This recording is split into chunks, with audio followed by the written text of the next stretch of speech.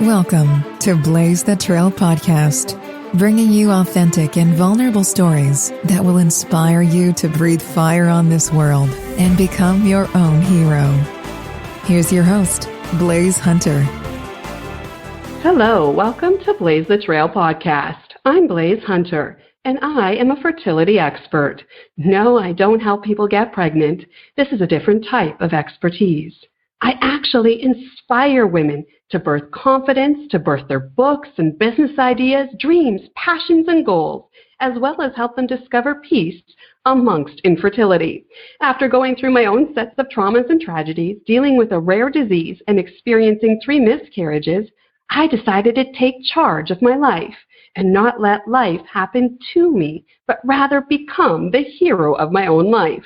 I am not barren. I continually birth my purpose every day. So that's why I've created this show, to demonstrate how even though we all experience setbacks and disappointments, we still have a destiny to birth. We just need to blaze the trail and be expecting. This podcast will inspire you to lean into your hardships and allow them to become the vehicle that transports you into becoming the hero of your life so you can breathe fire on this world. This week's episode is called Sorrow into Song, and some points we'll cover are how to take setbacks and hardships and turn it into our own inspiring song.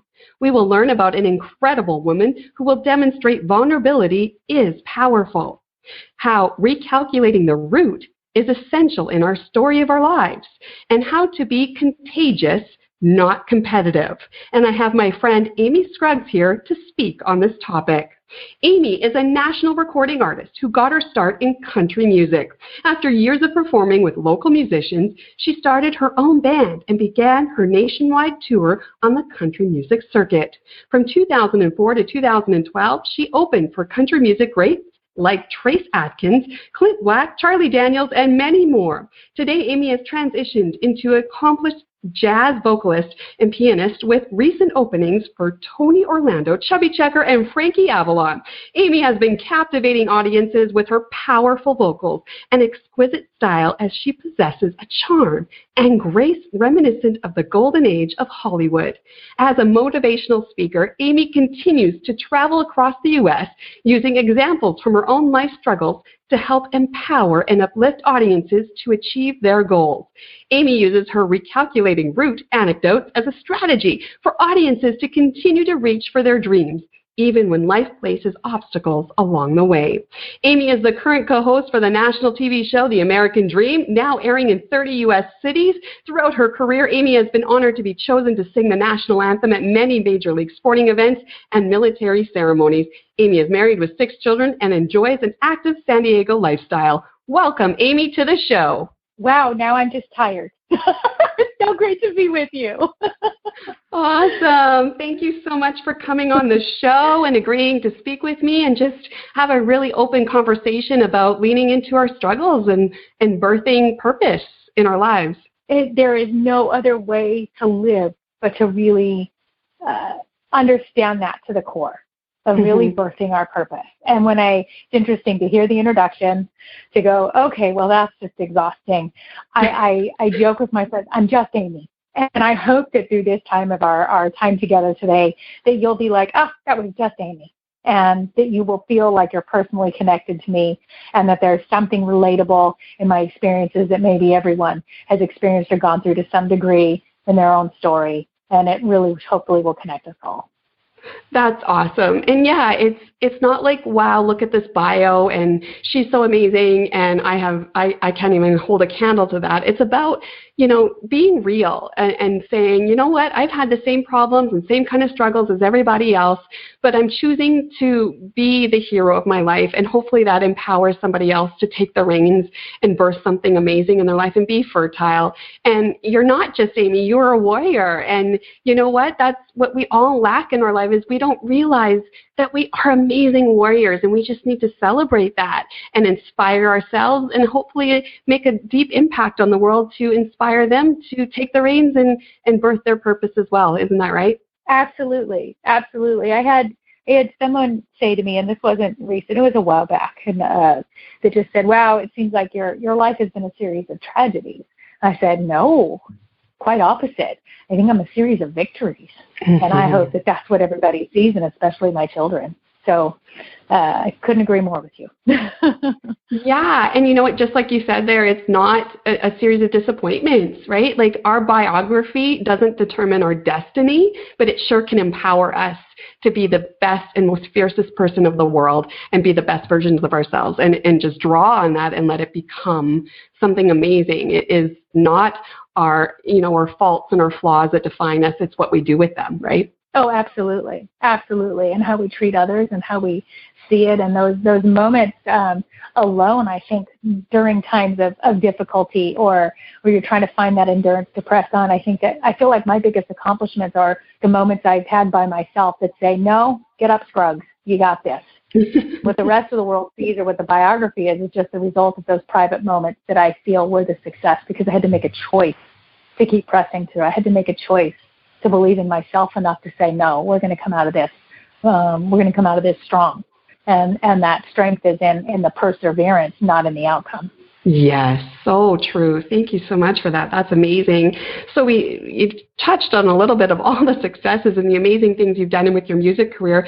Maybe just tell us a little bit more of how you developed a passion for music so early on and how you ended up where you are today with all of those amazing accomplishments. Well, I'll narrow it down to the Cliff Note versions, which is a little bit fun, but the music part and the passion, I was born with it. My parents found me at 3 years old playing the piano at someone's house by ear. And they're like, oh, okay, well, maybe she wants music. So there was something in there that was already trying to come out of me before I could even communicate. I started, singing in my room and to myself, and started singing at church and the choir, and always just loved, if I wasn't doing music, I was happy. And there was something in me. And also the same girl that all through school was always in trouble for talking too much. Well, I talk for a living now. So I always say, that the signs were there that I wanted to talk and do music. And everything that is in my life now of what I do is I talk and I do music. And so I think that it was already instinctively in there. And we'll touch more on some of the journey, I think, through this time together, but it was a constant leading that direction. And I took opportunities throughout my life. I had 3 kids very young. My first 3, I was in my early 20s. And then when I stepped into the business world, because I needed to make a living and do what I was doing, I was still always doing music on the side. I was always performing, locally or in concerts in the park and cover bands and things that I could still keep the passion going.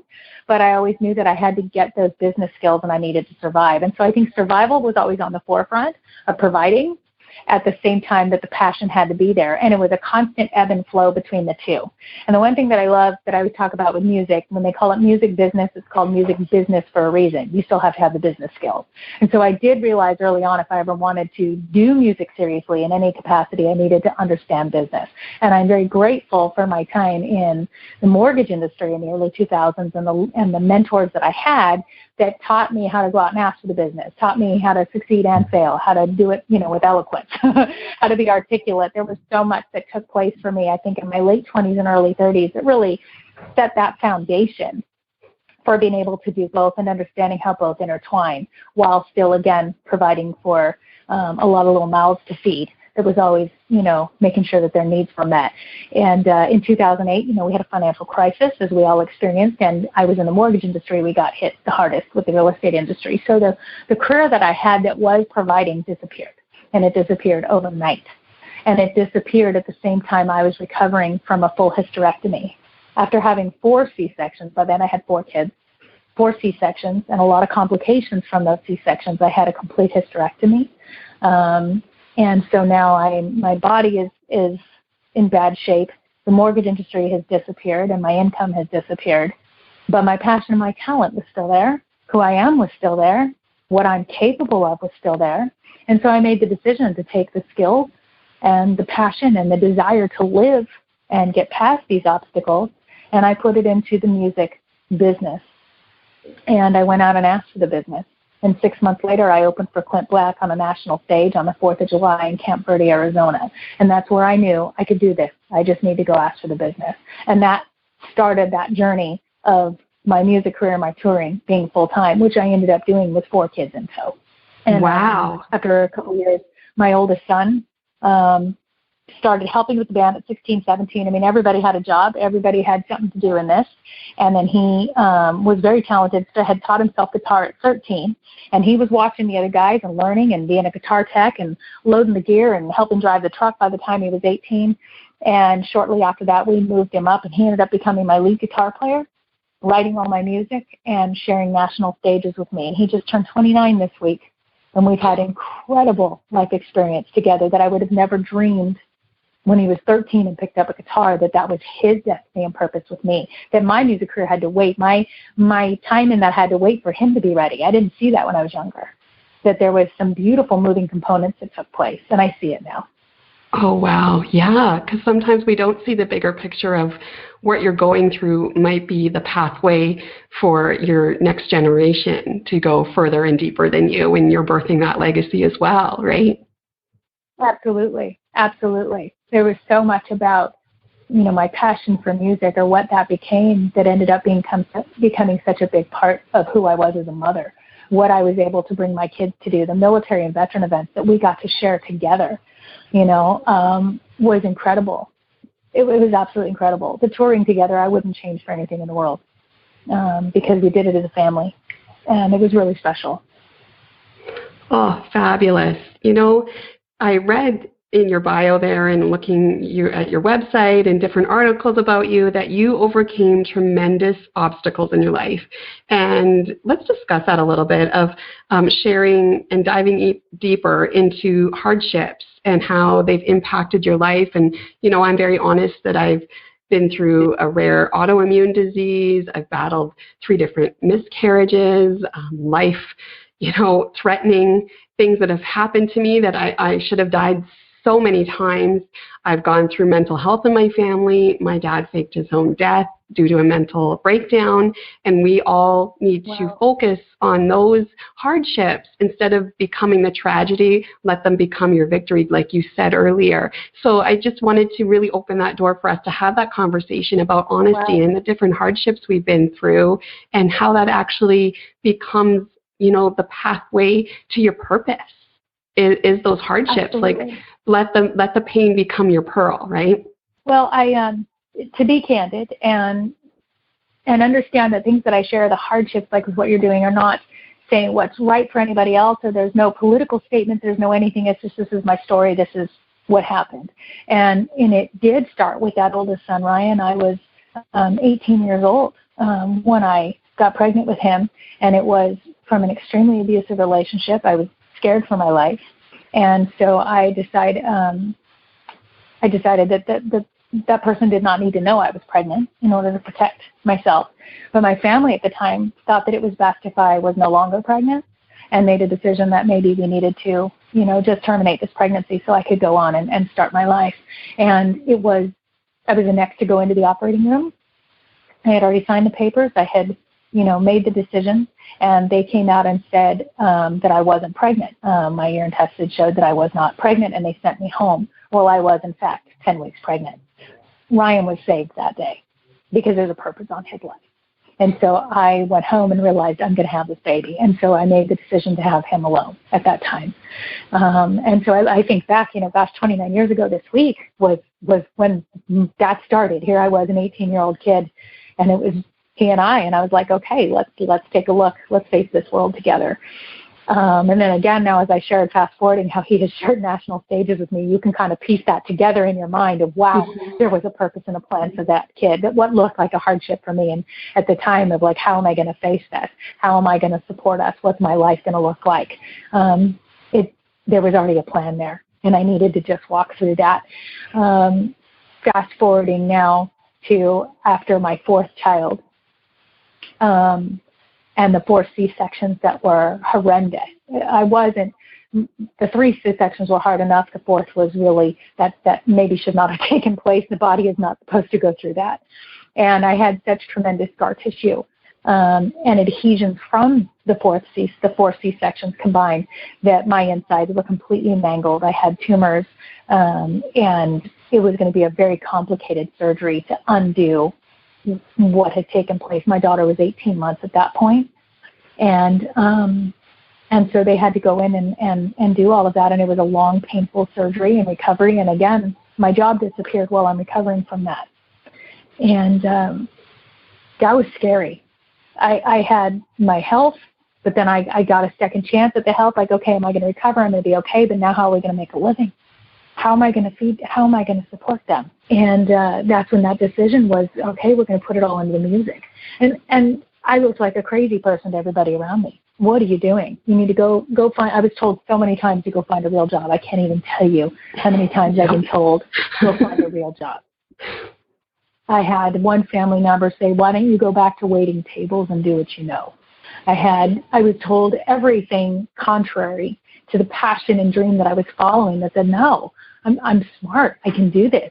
I was able to succeed in the other businesses and the other things that I've done. This is no different. You just got to put together a business plan and a game plan. And so to go out there and do that was hard work. I mean, we had amazing moments on some of the big stages and some great times, but it was tremendously difficult to be the one in charge. I was a one-man show. I was my own manager, my own agent. I had the kids, and we were doing it. That's what fed us. It was unbelievable. Fast forward then to 2011, the recession is still taking place. The industry hadn't picked back up yet. We were doing the best we could to make ends meet, but the end result being that we could no longer hold on to our home. And I lost my home.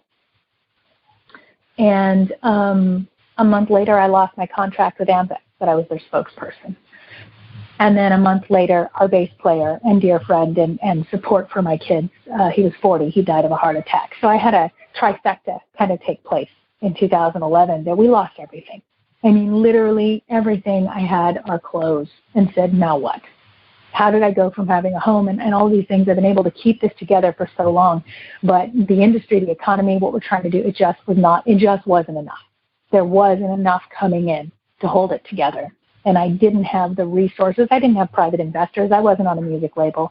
We were out serving the military and veterans. We were out doing shows. We were doing everything we could to stay afloat. It just wasn't enough. And I remember the day that I handed the keys to my house back to the bank, standing there looking at an empty house with everything gone, everything just gone, and watching us just kind of get torn apart. I know for my older boys that that's still a critical moment that they will never forget, that they still live with. And I was at that point where you go, you know what? We can do it again. What gets torn down can get rebuilt. It's the skills within me. It's the survivor in me. I can always rebuild. It's just stuff. It's just stuff. Let me not lose my hope. Let me not lose my passion. Let me not lose who I am in the midst of this. And there's that grieving point that you kind of walk through it. And I knew when I needed to pull back and walk through that. And so I took a job back in the industry, in the mortgage industry, but on the escrow side this time. I took a pretty low-paying job to get my foot back in the door, to start over. And I pulled the plug on music for a while because we had lost Fred. There was just, I said, I need a break. I need to grieve. I need a break, and I need to rebuild. I need to put the oxygen mask on. And I remember the first day of that new job. I relocated, and I remember feeling such a peace that was, you put the same effort into what you did with everything else and watch what's about to happen for you. Just because it may look hopeless at that moment doesn't mean it's not part of the plan, doesn't mean it's not part of the story, and doesn't mean I can't do it again. But better, maybe with more purpose, maybe in the right direction. Maybe something has to be completely torn down for the right rebuild. Kind of like rehabbing a beautiful home, right? Sometimes it's got to come down, to the structure and be rebuilt. And I believe that that's what happened in 2011. And I was still healthy. I was doing okay then. And was able to start over. And fast forward, by 2017, I'm the host of a national TV show, and doors opened, and things have been more amazing and more opportunity and incredible people coming in my life than I could have ever visioned. And I'm so, so, so grateful. But at the same time, also by 2017, my health deteriorated again. And the adhesions and the problems that I had from those C-sections and then from the hysterectomy came back, and it came back even worse. And so now my body has slowly, I don't want to say deteriorating, but my insides are basically glued together to where I can't really live off of food. I can have scrambled eggs, mostly liquids, but my body cannot digest or process foods. My organs are glued together on the inside. It feels like somebody poured concrete into my abdomen. I can't walk like I used to be able to walk. I'm not as mobile as I used to be. It's tremendously painful. And because I've already had too many surgeries, I am inoperable now. It's incurable. There's nothing you can do for adhesions. It's scar tissue. It's like internal concrete. And the only way to get rid of them is surgery, and surgery is what causes them, so it's a cyclical problem. So now I live with daily living with this. All right, what does this look like? How do I not wear this? How do I not walk around where people know, oh, I'm in pain. Oh, I'm not well. And people go, how do you do it? How do you not eat? I'm like, oh, I haven't had a normal meal now in 3 years. But how do you do anything? You find a place inside you that says, okay, I'm going to recalculate route. I'm going to learn that I'm not going to crave those foods. I'm going to crave the things that I can have. I'm going to crave the eggs. I'm going to crave the liquid nutrients. I'm going to crave those the same way I used to crave a cheeseburger or whatever, I wanted to have, or a pizza, a sandwich. I'm going to crave those. And then what I'm going to do is recreate myself to crave other things. I'm going to crave helping people. I'm going to create empowering others. I'm going to create being the best mom that I can be. I'm going to create being the best wife or the best, daughter to my family. I'm going to create being the best I can in my career. Those will be my cravings instead of food. And it was a recalculating of how I even see my daily living so that I can keep my joy and my passion and keep moving forward. And that's where I'm at now. Wow. Thank you for sharing that. That is a lot. And you've been through a lot. And I could see how many people in our society is trained to look at the tragedy and the negative. But as you're saying the story and all the things that you've been through, that you've overcame them. And I think that is the hero of the story right now, is that you are so strong. And everybody has that capability to be resilient and draw in all the pain and let it become such a strength, an inner strength, a survival and thriving mentality. And that brings me to the analogy of just the tree, because we always want the sunshine to grow the tree, the environment to grow the tree, but the tree doesn't grow roots unless you have the storm. And that's the only way you can develop true inner strength and grit for your life, if you develop those roots amongst those tragedies and those storms. So I sit here in awe thinking of all the things you've been through right now, but I see wow, she is a pillar of strength because you've overcame them. Yes, you're still dealing with your health, but you're still here. And I think that's the whole point of my podcast and my work, is that let's not do away and mask our problems. Let it be known, because, hey, I'm still here and they can't take my joy and my peace in my life, right? Right. That's exactly it. I take a look at anything, even sometimes on a daily basis, and go, well, what's the choice? What's the alternative? Okay, I have a choice today. Let's say I'm having an off day or I'm in pain. Well, I can lay down and say I'm in pain and I just be in pain all day, or I can be in pain and still do something positive, because I'm going to be in pain either way. So, all right, let's check that box. We've accepted that. This is going to hurt today. Great. But what can I do while it's hurting? Do I sit and focus on the hurt? Do I do something that I enjoy? And sometimes that might just be playing a game of Trivial Pursuit with my daughter that took my mind off it. It was a joy and it's laughter, or, connecting with a friend, or, putting a really powerful day into my business and working on my coaching business. And, like today, doing this wonderful podcast with you. What a great thing. Doesn't matter how my body is feeling today, because right now I'm so focused that we're together and we're empowering others right now and we're talking about this. So it's what is the alternative? And so I look at things almost like it's a path I can choose every day, even in the midst of the circumstance. I often talk about no grit, no pearl. And it is a choice, because you could look at the grit and be like, why me? And I've done this. I was in that mind frame for a long time, depressive, why me? Why all of these things that I'm dealing with? As the next person I see, life is good and everything works out for them. And I had to get over that, because that wasn't doing me any good. And it is a choice, like you said. What other choice do you have? Either you lean into the pain and let it overtake you, or lean into it and let it become your pearl. Just like an oyster, that little grit, that parasite that comes in is meant to attack.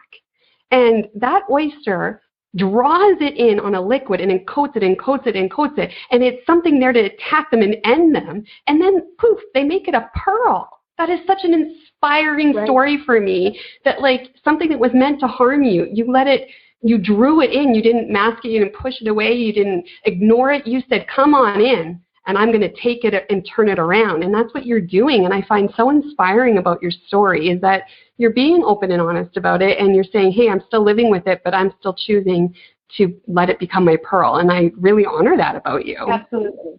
Well, thank you. You know, another thing that I look at, and I'm teaching this to my kids, especially during this time of the pandemic and what's going on. My 3 grown sons all lost their jobs the minute the pandemic hit. We're in California. We're just still on lockdown.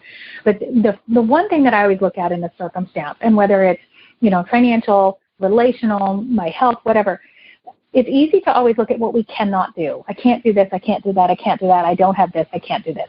I always go, okay, well, what can I do? Because those are the pieces you can work with. What tools do I have? It's like opening a toolbox. And instead of looking for what's missing, just what's in there, right? Let's say you have to repair something. What do I have in here? I can use this. I can use this. I can use this.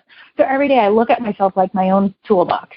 And you know, even when the 3 boys and, you know, going through the suffering, losing their jobs, I'm like, okay, what can we do today? Well, we can use this resource. We can call our network and see who's hiring. We can take a look at what you already have or what you have in savings and know we can go this far.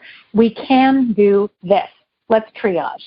And even, you know, something silly as, let's say, out to eat with the family, or, you know, even this takeout menu, because that's what everything has to be now. What can I have? Oh, good, they have avocado on the menu. I can have that. Rather than looking at everything of what I can't have, I purposely laser focus on what I can have. What I can't do today doesn't matter. What can I do? And so I'm constantly making that a habit to say out loud, because there's power in that spoken word. There's power in bringing things to life that way and speaking it. I can do this today. I can do that. I get to do this today. I get to do this today. I get to pick up my daughter from school. What a treat. How much are we all going to be saying that when the kids get to go back to school? I have to go get the kids from school. I guarantee there's a lot of families across the world right now that will be able to say, I get to go get my kids from school. What a privilege that was. They got taken away. Everybody right now, I think, understands losing something during this pandemic and having things taken away.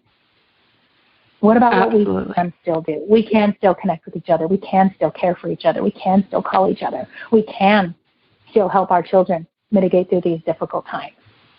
And that really can transform a mindset and become a way of living that can overcome anything that's thrown at us.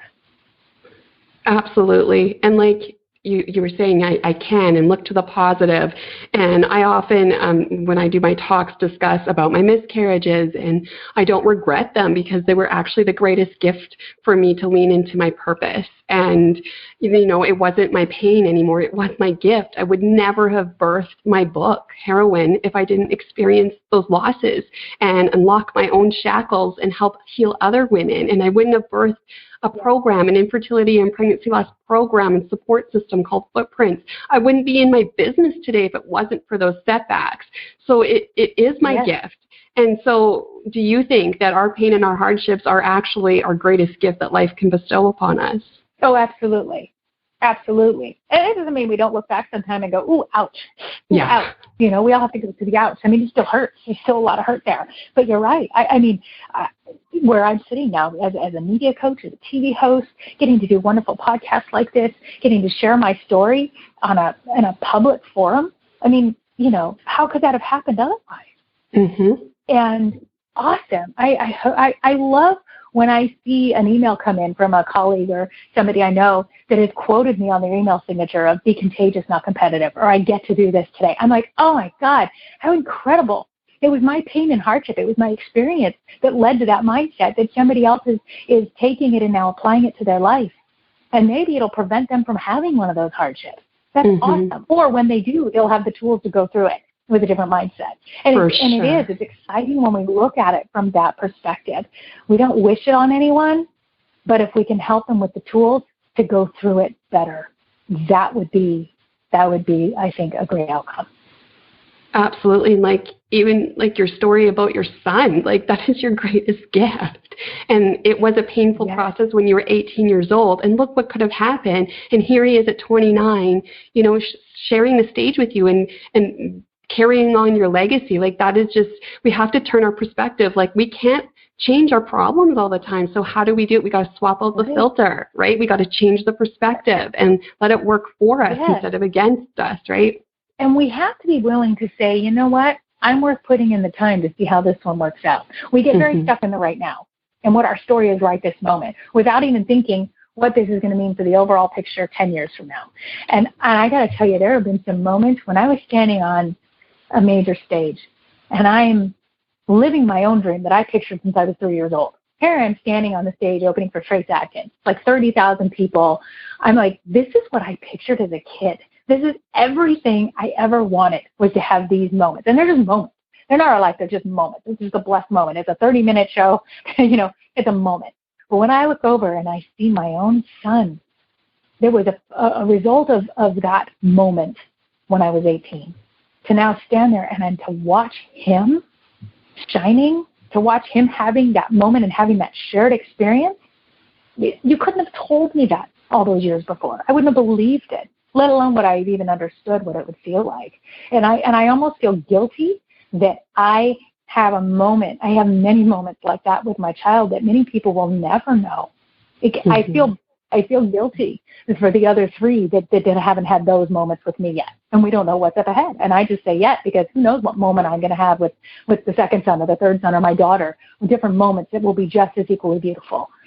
And I'm excited to see what those are up ahead. But right now, the tangible that I can talk about is the one with Ryan. And to stand there and watch him come alive and realize that he was a part of my story just as much as I was. It's powerful. Wow, that is powerful. And, when you're talking about your singing, and I watched some clips of your amazing voice, and you sing with such depth.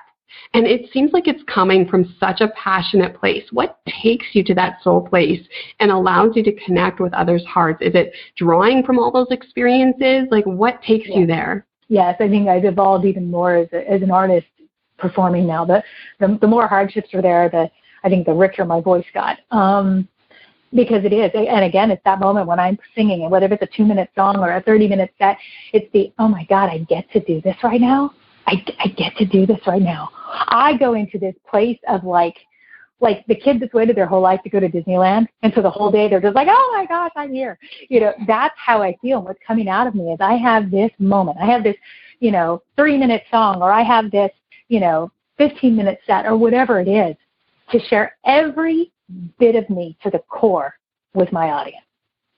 And something in me comes alive that was just born in me. And I can't explain it.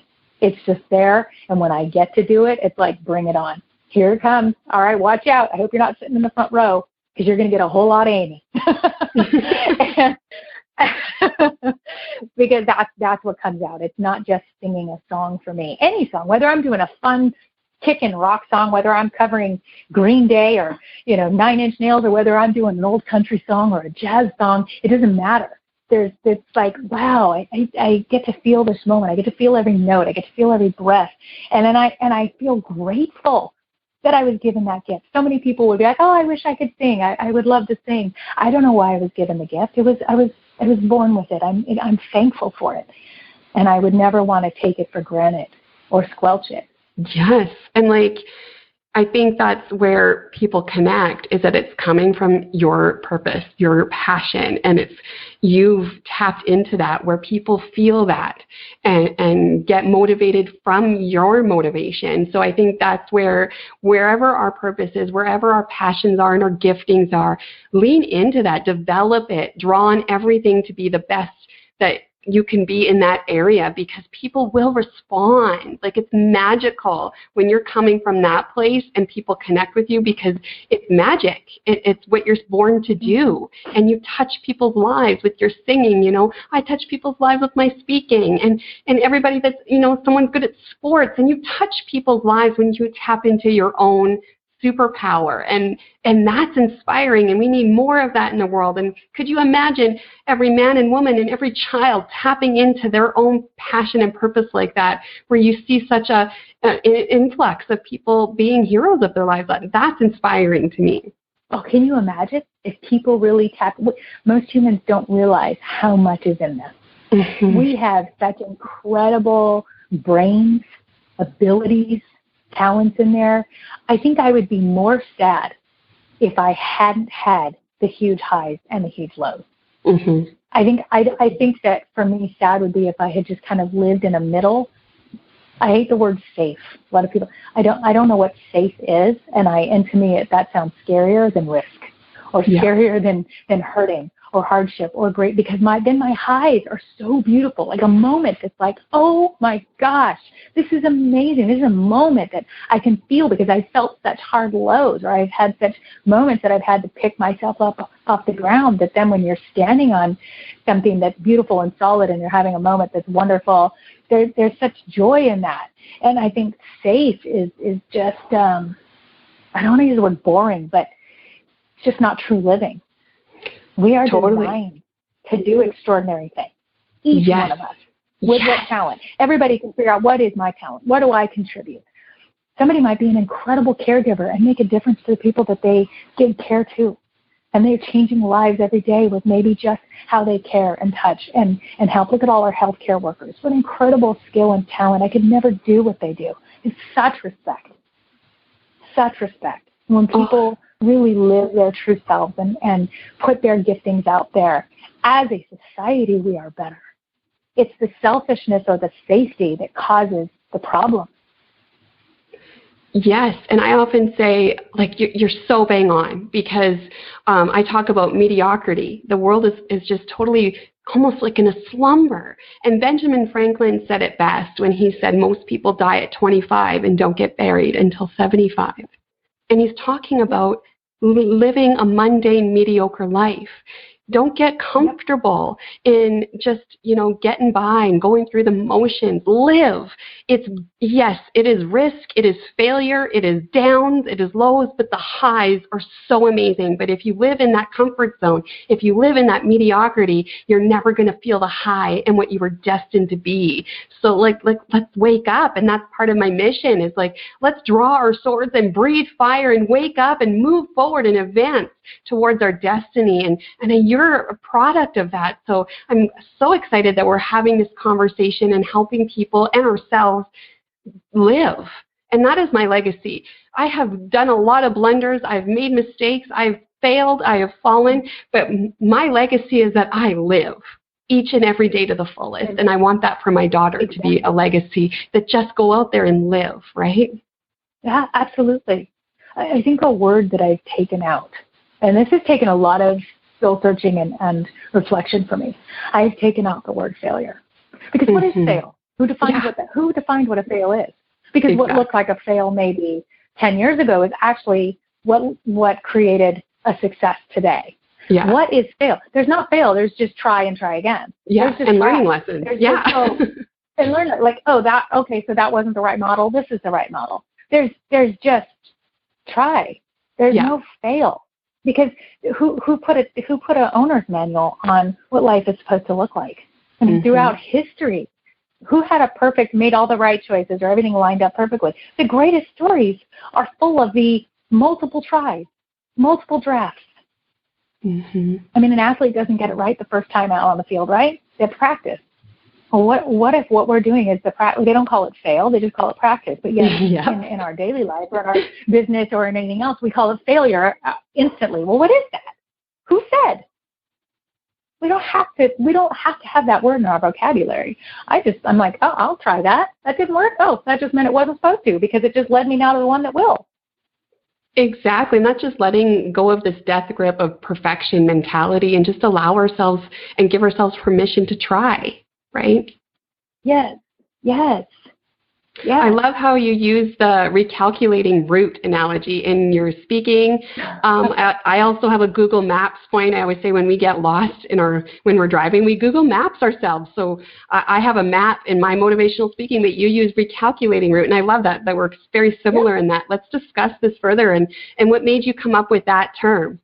It makes me giggle because I was thinking about it. I think it came out of my mouth one time, and one of the times that, we had to choose a different path or something didn't work, whatever, I'm like, okay, well, recalculating route. I always love doing voices, but I picture that little navigation voice, recalculating route. When you hear that, when you've there's a detour or something, I'm like, but isn't that life?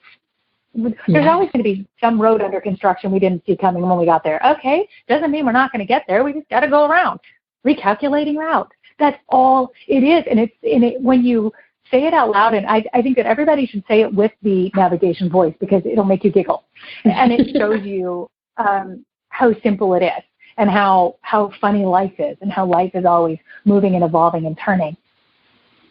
There's always going to be road construction. There's always going to be something that happens, something unforeseen, an accident on the highway. Okay, recalculate the route. Don't just roll over and die. Don't just leave the car on the side of the road and walk away. Just choose a different route. You'll still get there.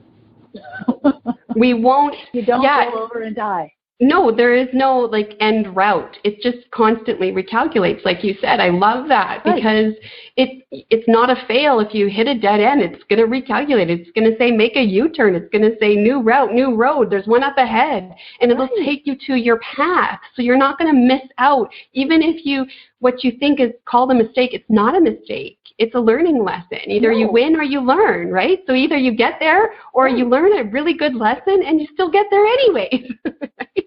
Mm-hmm. You're starting weightlifting, you're starting to work out. Your body hurts like crazy if you haven't done it for a while, right?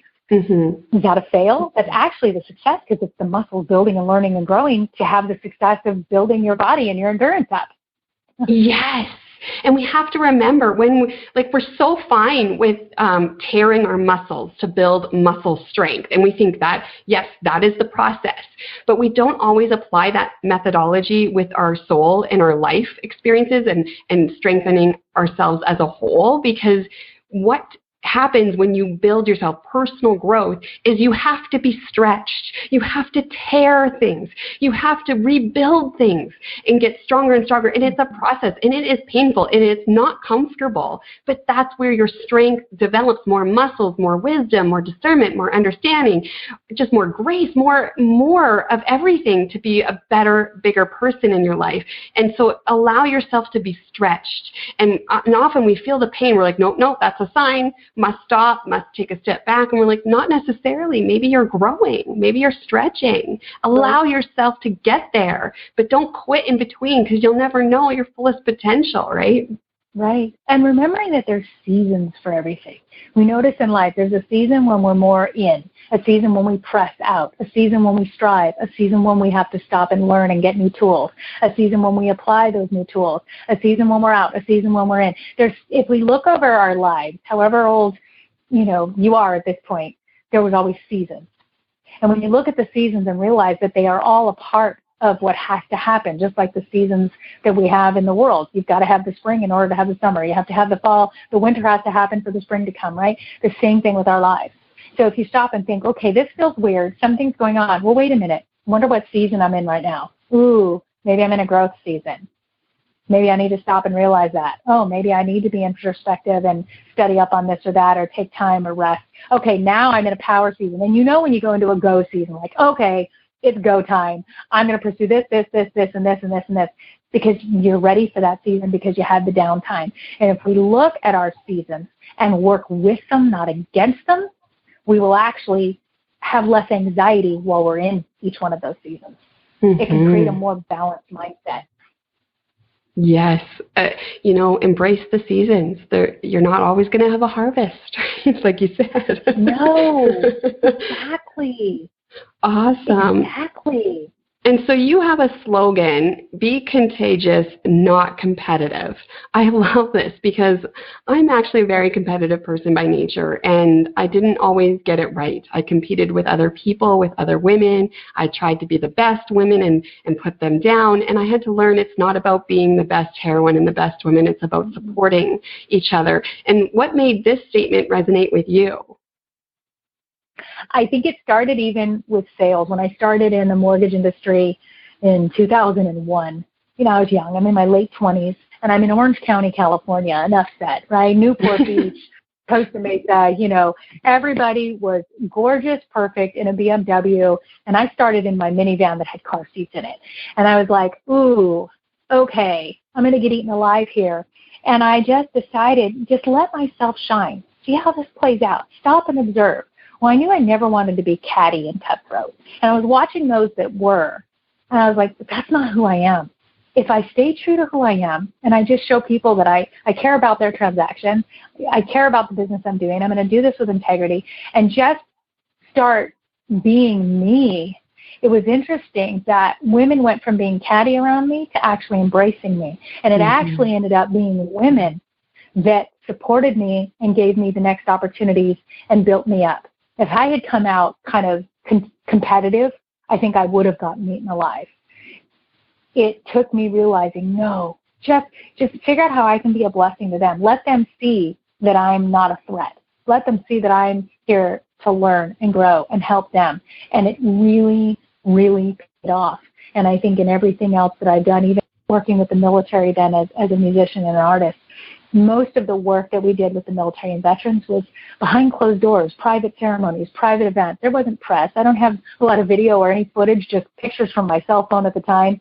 And it was one relationship at a time of them knowing that my heart was there for the right reason. I was there to serve them. I was there to honor them. I was there to be contagious, that they lifted me up. Others will lift you up if they believe in you. We have a tendency to try to fight for our rights or, badger people into, this is who I am, or this is what I'm trying to do. I'm going to win. Maybe just shine from the inside. Show who you are, and people want to help others. They do. There are great people out there that want to lift others up. And as women, we have to. The men are busy being competitive enough. It's fine. They're wired that way. They're hunters. But as women, we are supposed to nurture each other. We are supposed to be a village together. We are supposed to lift each other up. And if we have our walls up and we're being catty or we're sizing each other up, that's not going to get anywhere. And there's still going to be the women that are that way. But when we come together, those of us that say, hey, how can I help you? How can I help you? Guess what? The next thing you know, we're all succeeding. And we all make each other look good. And we're all getting our needs met because we were being contagious with each other. And that is going to resonate so much more. And it doesn't mean we're never competitive like, hey, we're going to do our best, or all right, I'm going to ask for that job. I'm going to ask for that opportunity. But you can ask for it in a way that is still with a certain set of humility and vulnerability, but confidence. There's a difference between confidence and competitive. And you can be confident and still contagious. And when you find that, you're going to set yourself apart. Absolutely. And like you said, you don't have to be competitive with other people, and that's what I had to learn. And I still have to check myself when that competitive drive comes up. Is I'm not competitive with her or him. I'm competitive with myself. Let myself be the best me I can be, and shift that from other people and just allow myself to be the best. And that means, taking opportunities, leveraging myself, asking for the opportunity, but not trying to push someone else down in the process. It's just about me being the best me, right? Yes, because there's room for all of us. I think there's so many unique talents and gifts, and we're all pursuing something that's a little more of a niche than the other. There's room for all of us. What happens when we build each other up? What happens when we support each other in those journeys? It takes a village, and we've gotten very, focused on me and self, when it really is a village, and you can't do it alone. And when you hit struggles, you need people, you need your community, you need your circle. And so when you're doing well, somebody else needs the help and the support. And I always say, I support because I know I am supported. I'm going to be part of that chain link, part of that mosaic of beautiful people, talents, and giftings that I don't have, that complement one another. And let's move forward together in unity and not so separated. Let's be, united front and really be a powerhouse of amazing people in this world. And you're part of that. So I appreciate you coming on today and just sharing your story and reiterating the power of unity. Thank you. It's really incredible to know that you're here to help spread that message as well. That if somebody got some hope or a nugget today from us to say, yeah, you know what, I should try that. I can do this. I can be contagious. I can survive this. Maybe I don't know what the rest of my story is, that what I'm in right now doesn't mean that's where I'm going to be a month from now, 10 years from now, 5 years from now, whatever that looks like. That it's a chapter in the whole book.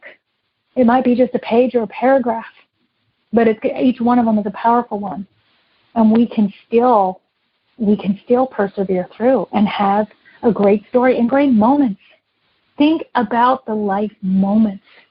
What are those ones that you just go, oh, I remember that day. That was amazing. Okay, I want more of those moments. We can create those moments in the simplest of things that will literally raise up our energy, raise up, how we feel, raise up our hope, raise up our joy. And then imagine how great it is when it's the big one. Yes. We have to find those moments in the everyday in order to appreciate the bigger ones. For sure. Oh, I love this. I could talk to you forever. You're so amazing. Let's recap what we talked about today. Let's focus on, what is our gift instead of the pain. They are not our tragedies. Rather, they are our victories, and what has propelled us to be resilient and strong in our lives. Our hardships can be the greatest gift in our life that they can bestow upon us.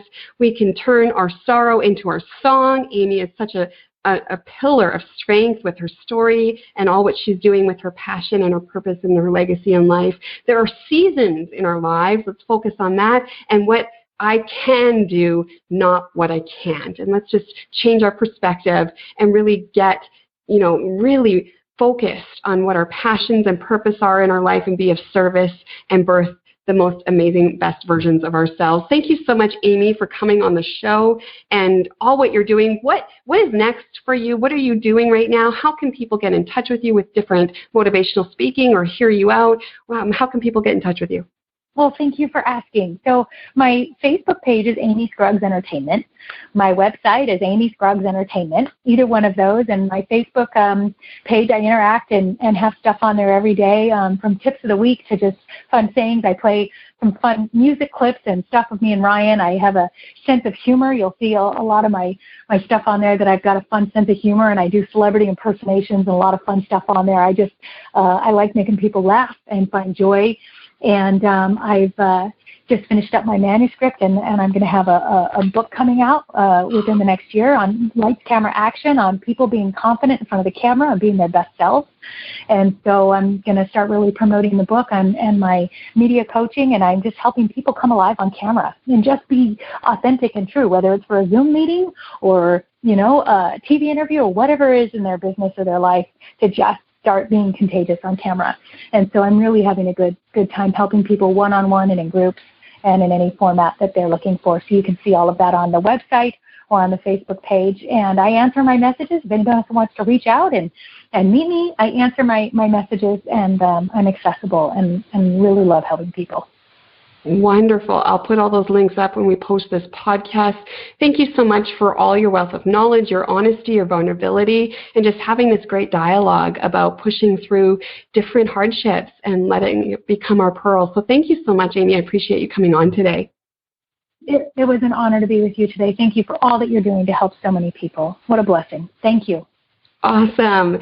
That's it for this week's episode. Challenge yourself to be vulnerable, lean into those difficulties, and have those open conversations so we can rise up and be the heroes of our lives and let us breathe fire together. If you want to learn more about my coaching programs, purchase my book, or have me speak at your next event, please visit blaisehunter.com. I do have a free gift for you today. Head to my website, hit the free offers tab. There is a video there. It's called MAPP, M-A-P-P, to help you guide through a day of overwhelm or anxiety. It gets you back to peace and balance. That's my gift for you for listening to Blaise the Trail podcast. And Amy also has a gift for everyone today. She is offering a 1-hour media coaching call over Zoom.